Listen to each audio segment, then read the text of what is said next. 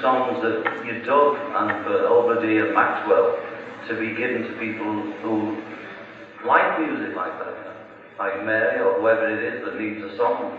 Why don't you give them to them? The only time we need anything of Bailey that quality is for a single. And for an album, we could just do only stuff that you really dug.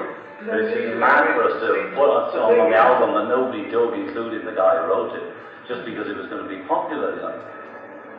Because the LP doesn't have to be popular that way.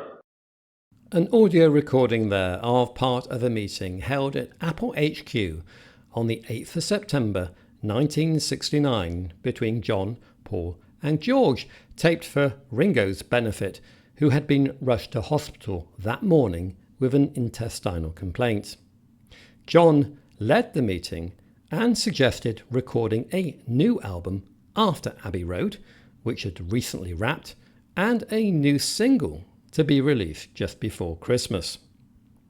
John argued that all future albums should be divided democratically, with 4 songs each for John, Paul and George respectively, and 1 or 2 for Ringo if he wants them.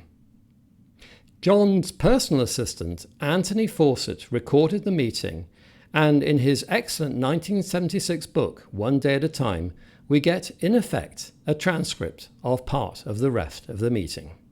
John: when we get into the studio, I don't care how we do it, but I don't want to think about equal time.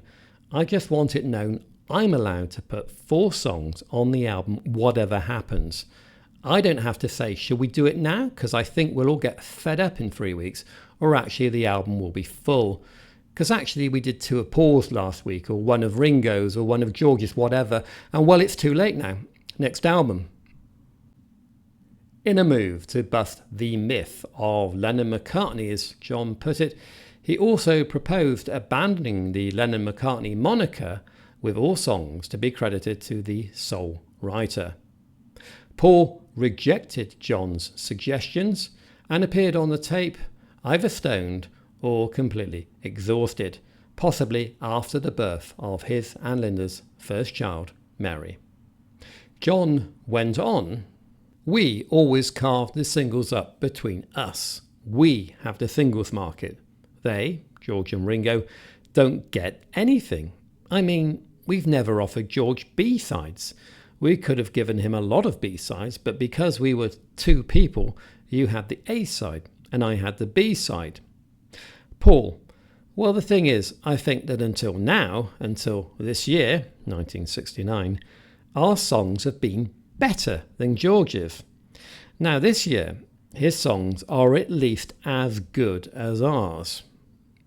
George: now that's a myth, because most of the songs this year I wrote about last year, or the year before anyway. Maybe now I just don't care whether you are going to like them or not. I just do them.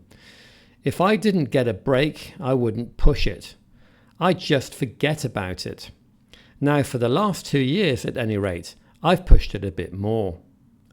John: I know what he's saying, because people have said to me you're coming through a lot stronger now than you had.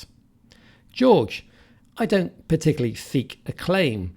That's not the thing. It's just to get out whatever is there, to make way for whatever else is there. You know, because it's only to get them out. And also, I might as well make a bit of money, seeing as I'm spending as much as the rest of you, and I don't earn as much as the rest of you. Most of my tunes, I never had the Beatles backing me. John: oh, come on, George. We put a lot of work in your songs, even down to Don't Bother Me. We spent a lot of time doing all that, and we grooved. I can remember the riff you were playing, and in the last 2 years there was a period when you went Indian and we weren't needed. George: that was only 1 tune. On the last album, the White Album, I don't think you appeared on any of my songs. I don't mind. John: well, you had Eric, or somebody like that. Paul: when we get in a studio, even on the worst day, I'm still playing bass, Ringo's still drumming, and we're still there, you know? A few weeks later, on the 20th of September, shortly after John had returned from his concert in Toronto with a scratch lineup featuring Klaus Voormann, Eric Clapton and Alan White, John, Paul and Ringo met at Apple. George was away visiting his sick mother in Cheshire. After negotiating a large royalty increase with Capitol Records, Alan Klein finally got all four Beatles to sign a new contract, with George countersigning a few days later. The mood of the meeting quickly soured after Paul became insistent that the Beatles recorded a TV special and went out on the road again. Well, I said to Paul, I'm leaving. I knew before I went to Toronto, I told Alan I was leaving. I told Eric Clapton and Klaus that I was leaving and I'd like to probably use them as a group, you know. I hadn't decided how to do it, to have a permanent new group or what. And then later on I thought, fuck it, I'm not going to get stuck with another set of people, you know, whoever they are. So, but I announced it to myself and to the people around me on the way to Toronto a few days before, and on the plane Alan came with me. I told Alan, you know, it's over.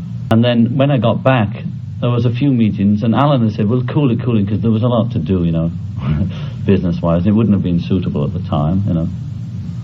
And then we were discussing something in the office with Paul, and Paul was saying something or other, like to do something, and I kept saying no to everything he said, you see. So it came to a point I had to say something. You know, Paul said, well, what do you mean? And so I said, I mean, the group's over, I'm leaving. But Alan was there. He'll remember exactly, and she will. This is how I see it. Alan was saying, don't tell. He didn't want me to tell Paul even, you know. But I couldn't help, so I told her it's out, you know, I couldn't stop it, it came out. And Paul and Alan said they were glad that I wasn't going to announce it, that I was going to make an event out of it, you know. Paul and Alan both, I don't know whether Paul said don't tell anybody, but he was damn pleased that I wasn't, you know. He said, oh, well, that means nothing really happened if you're not going to say anything.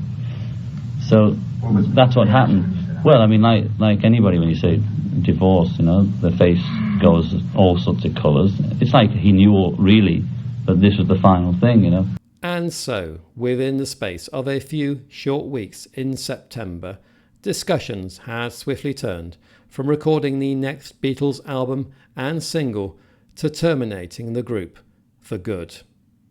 The dream was finally over.